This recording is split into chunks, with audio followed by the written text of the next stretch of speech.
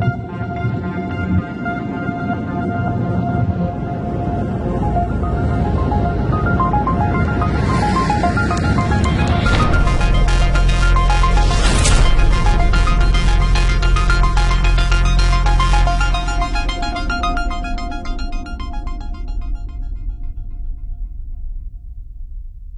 hello, welcome to Axiom Flux News. Today's date's the 29th of December 2014. We're going to be bringing you some breaking news from around the world. An Air Asia jet with 162 people on board disappeared on Sunday while flying from Western Indonesia to Singapore on a scheduled 2-hour flight. Here's a look at the key developments.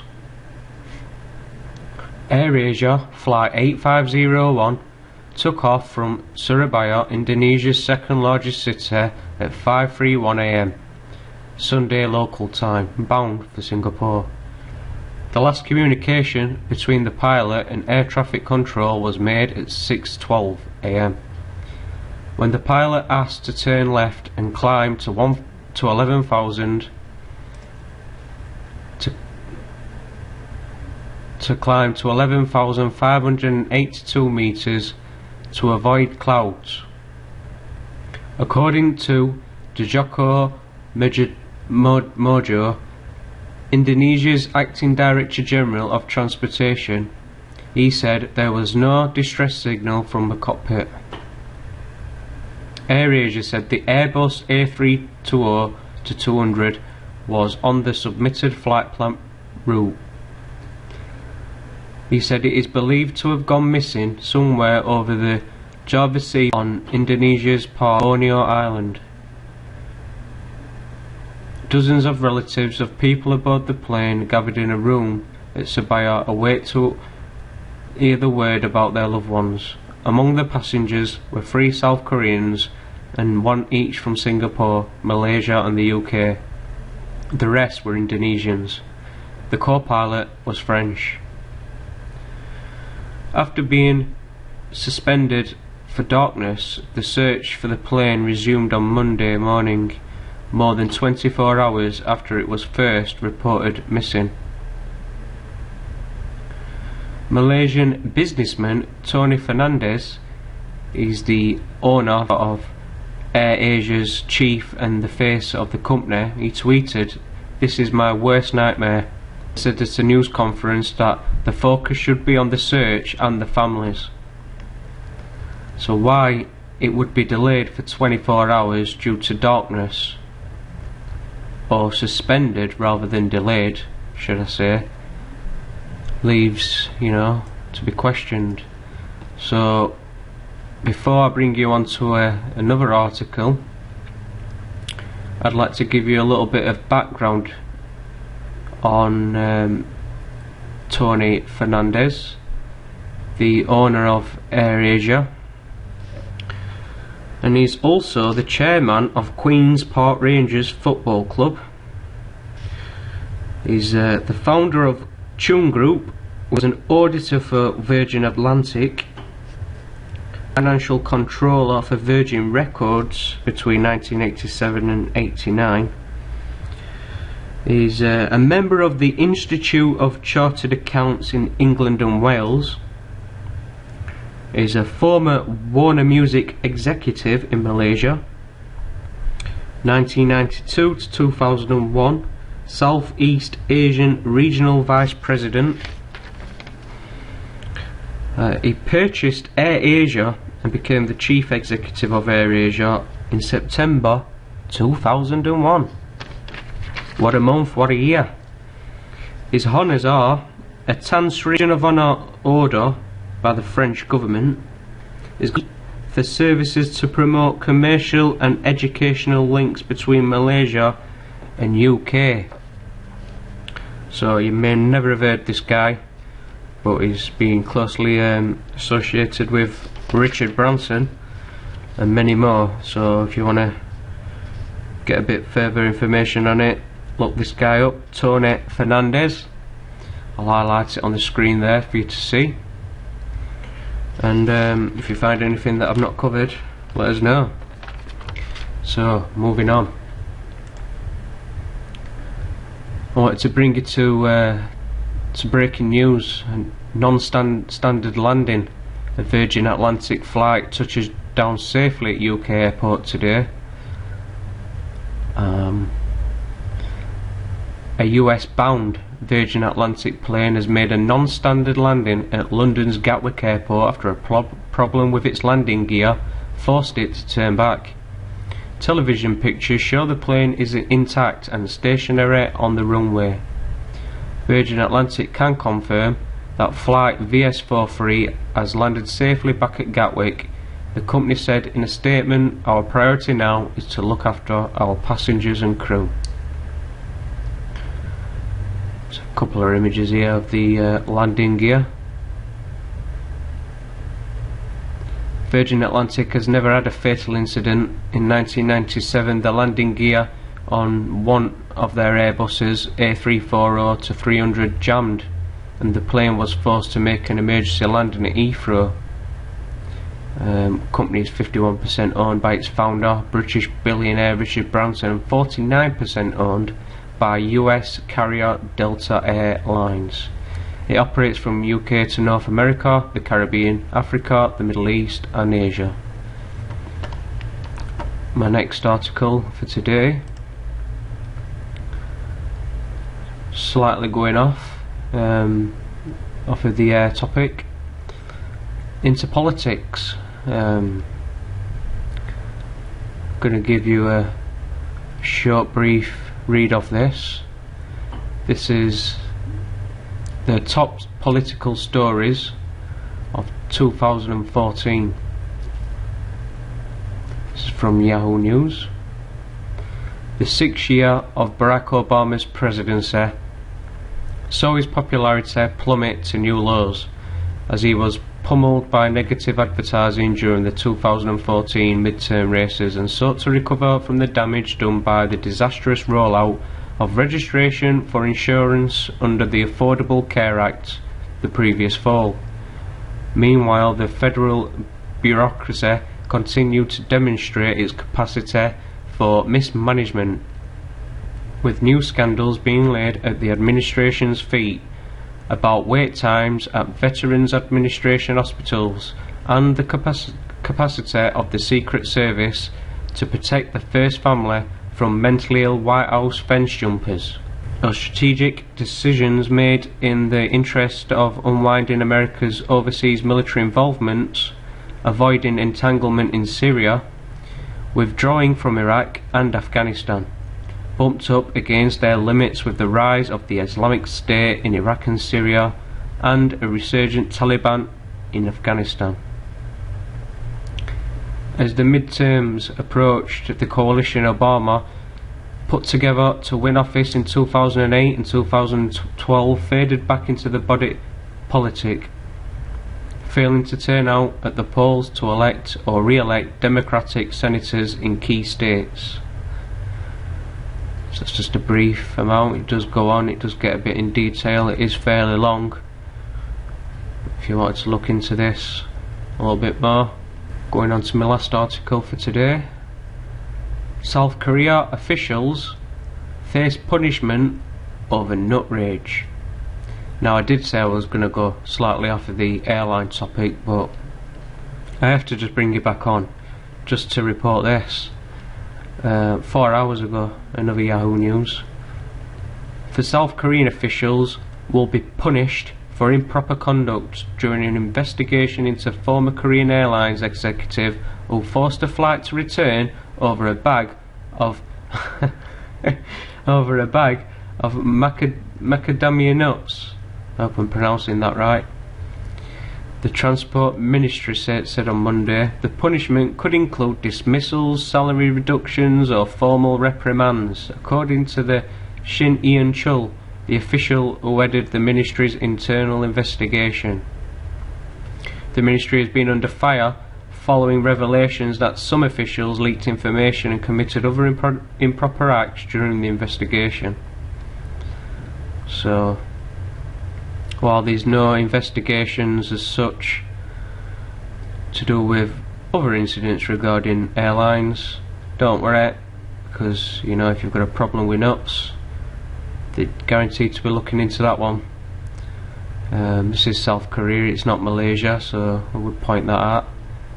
But you know, just the same as, you know, what's going off around the world, and these guys come out with an article about nuts. But I thought I'd leave that one with you before I finish. So guys, any thoughts, opinions on what I've covered so far? About that last one, actually, the nuts and the South Korean officials, or whatever they were, to do with the South Korean Airways, I noticed there was 2 people on board that AirAsia crash from South Korea. Perhaps it was one of these guys was on board the flight, I don't know. As for the Well, it would be a broad speculation. Just a bit, yeah, I know. On that, isn't it, really? As for the actual Asia crash and everything, they mentioned Branson, Virgin and Branson. It seems to be, well, Virgin seems to be mentioned quite a lot, even to do with the owner of the Asian Airways, who's an ex-Virgin employee or whatever. Well, I've got a funny little feeling about. He was a auditor for Virgin Atlantic and a financial controller for Virgin Records. Yeah, well, as you highlighted that problem with the Virgin flight today returning to Gatwick and having problems landing, and apparently it was when they did touch down, all the people applauded and everything like this. So I mean, there's Virgin in the headlines again, and it wasn't too long ago that Virgin were in the headlines again, the big way, with the Virgin Galactic space thing crash. Which actually, I'm reading an article here that Virgin Galactic crash, worried passengers ask for refunds. Around 24 Virgin Galactic passengers have asked for refunds following the death of the pilot Michael Aisbury. So I'm not sure how much them tickets were. I think they were quite a lot of money, weren't they? Around 100,000, I think it were. Yeah, well, maybe maybe a bit less, maybe a bit more.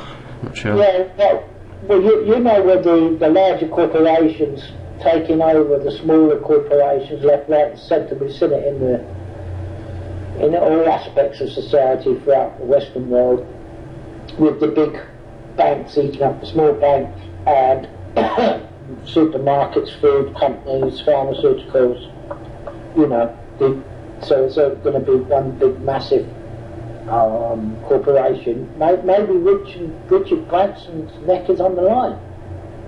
Perhaps. Maybe, you know, all these cheap flight companies like Virgin, like Aer Lingus and people like this, maybe they're all, you know, maybe they've got their heads on the block and they're going to have them chopped off. Thanks to Tony Fernades, we don't need to really worry about Virgin, because according to him, now everybody can fly.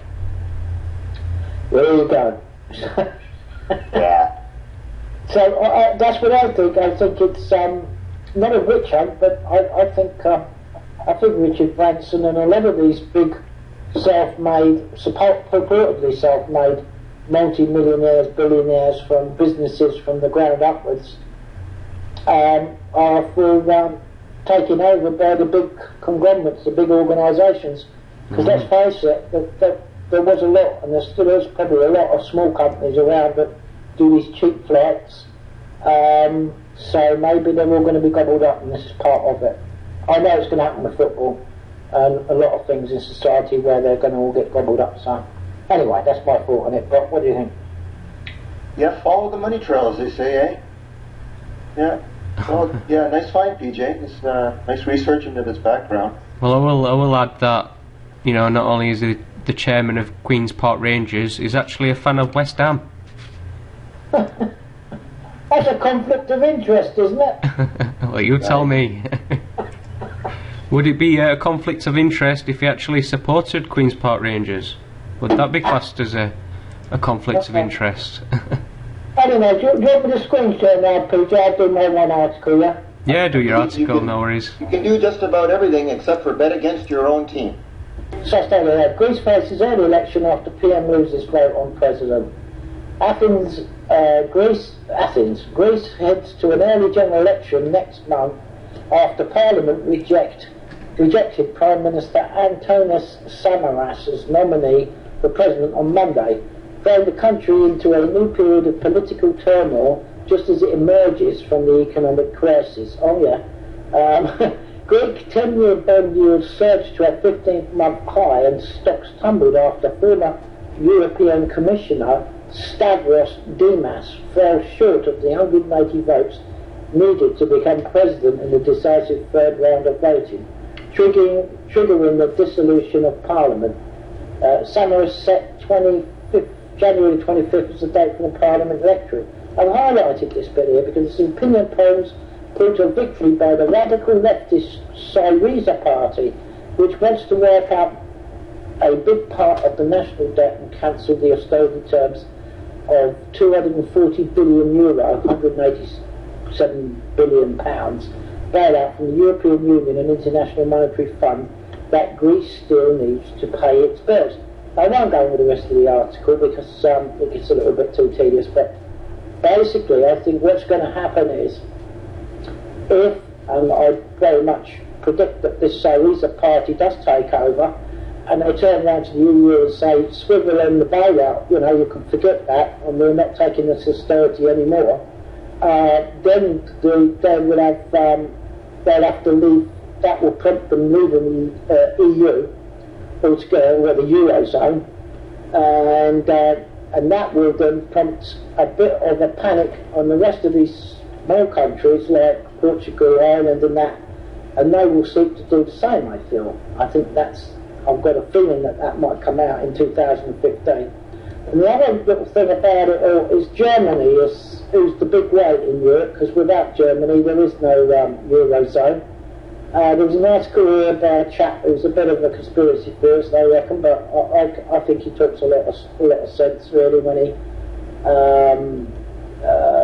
goes on about. He says in this article here that Germany are in secret looking to join the BRICS nations because they're getting fed up with what's happening, and their economy is being brought down and the quantitative easing, etc. It does say Willie goes on to say it's a war game and Europe is sick of the US war games. The defence of the dollar has come to war versus trade. Are you with us or are you against us?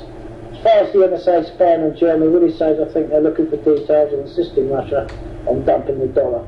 I think they're looking for details for a secret movement for Germany to get away from the dollar and join the BRICS, Brazil, Russia, China, India, South Africa. This is exactly what I think they're going to do.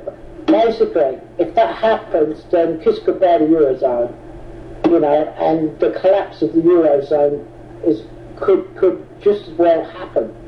And this will all stem from this early election being called in Greece, and the Syriza party gets the majority vote, and you know, and then the proverbial hits the fan because the whole game is happening in the air, and well, it just makes you think. But I think that next year could see the collapse of the Eurozone, which was predicted before they bailed out Cyprus, you know, and the austerity measures enforced on Greece and Ireland and other places like this with the bailout and the IMF tranche of money to Ireland. I think it's going to return very much so and be part of the main news in 2015, and I do think that it just could be the collapse of the Eurozone and the whole European plan. Just maybe. Could be wrong. Don't know. What do you think, PJ? Well, it's interesting to see, but they make it so boring and you know, they don't want people involved in it, do they? They don't really want people reading about it as such. But the BRICS is quite interesting, especially India's role within it. I think that's quite, you know, good for them, for India, Brazil as well. Yeah. Well, I think you know, if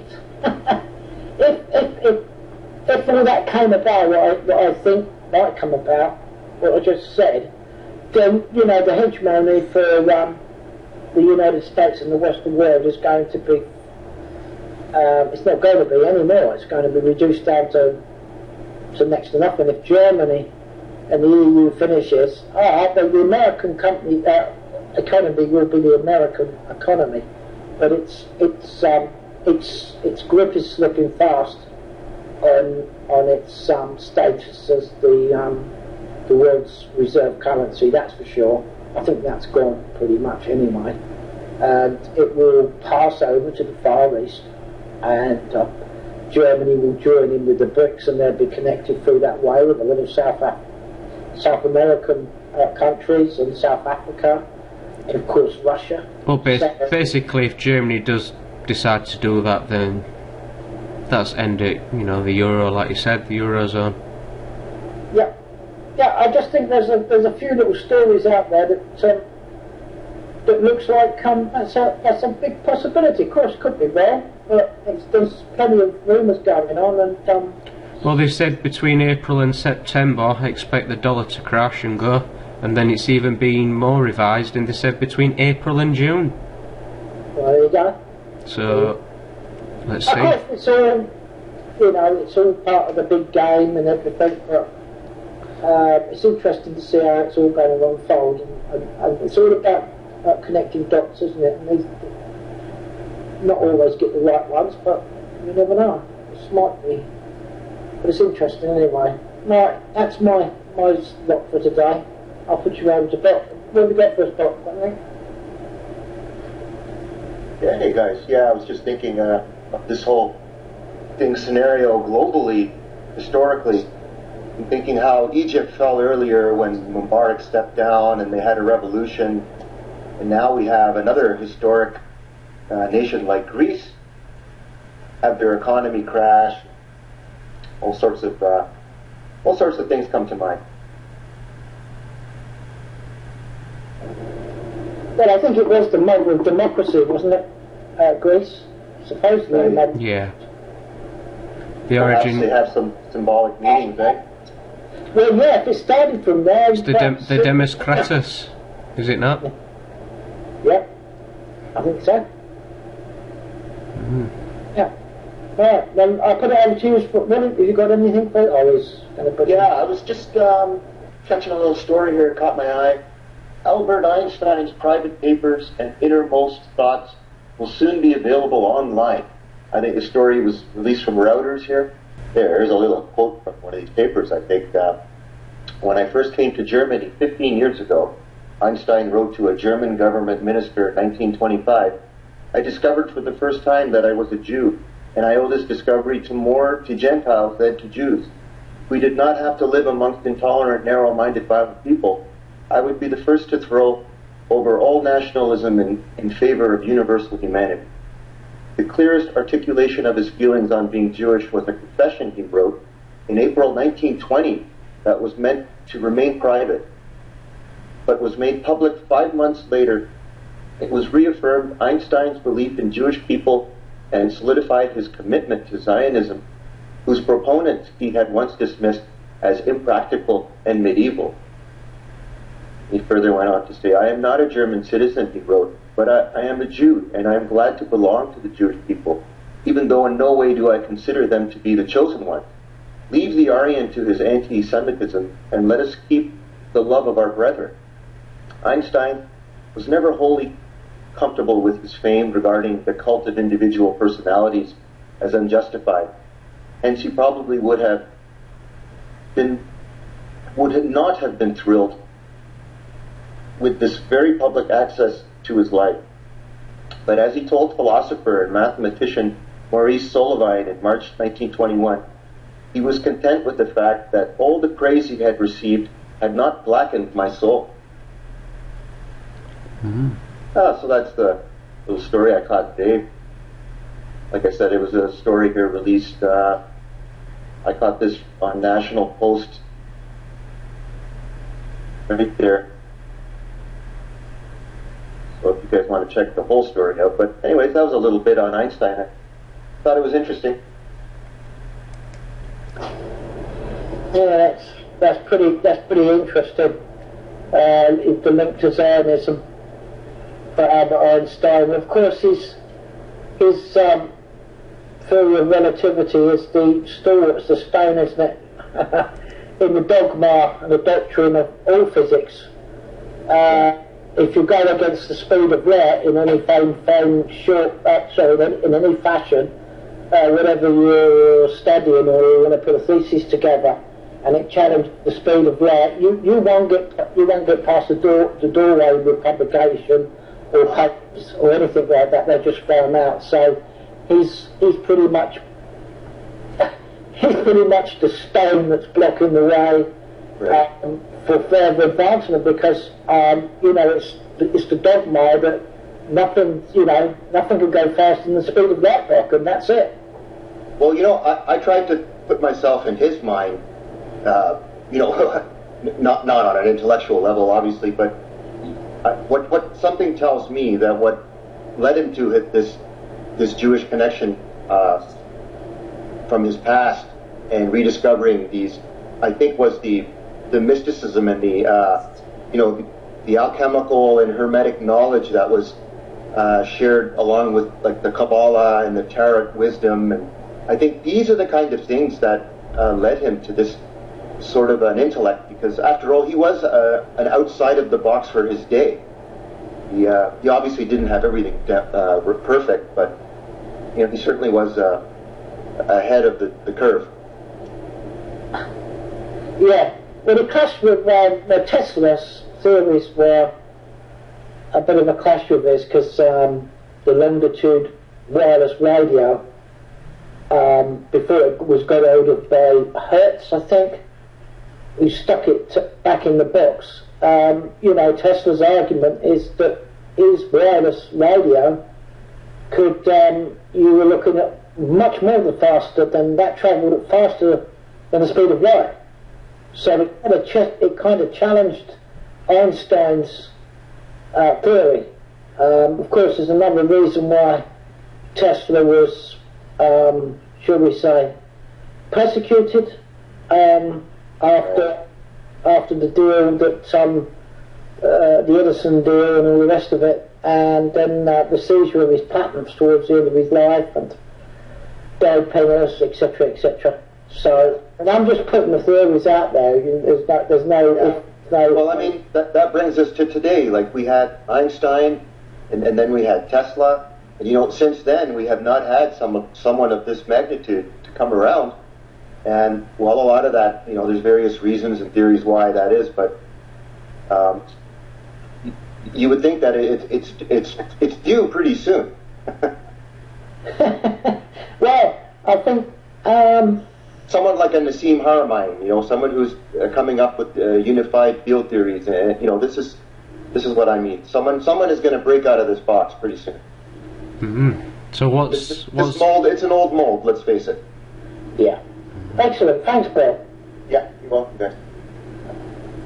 Just looking at the image on the left, Bok, with the 12th planet. Yeah, I figured it was a fitting picture to go with Einstein there. He might have appreciated this, I think. Yeah. Just trying to see the name there for sun in brackets. I mean, people don't realize, if you're a scientist back in those days, if you were not interested in astrology and cosmology and what's going on in space, then you were not a scientist at all. Einstein was surely aware of the cosmos, as Tesla was. Most definitely.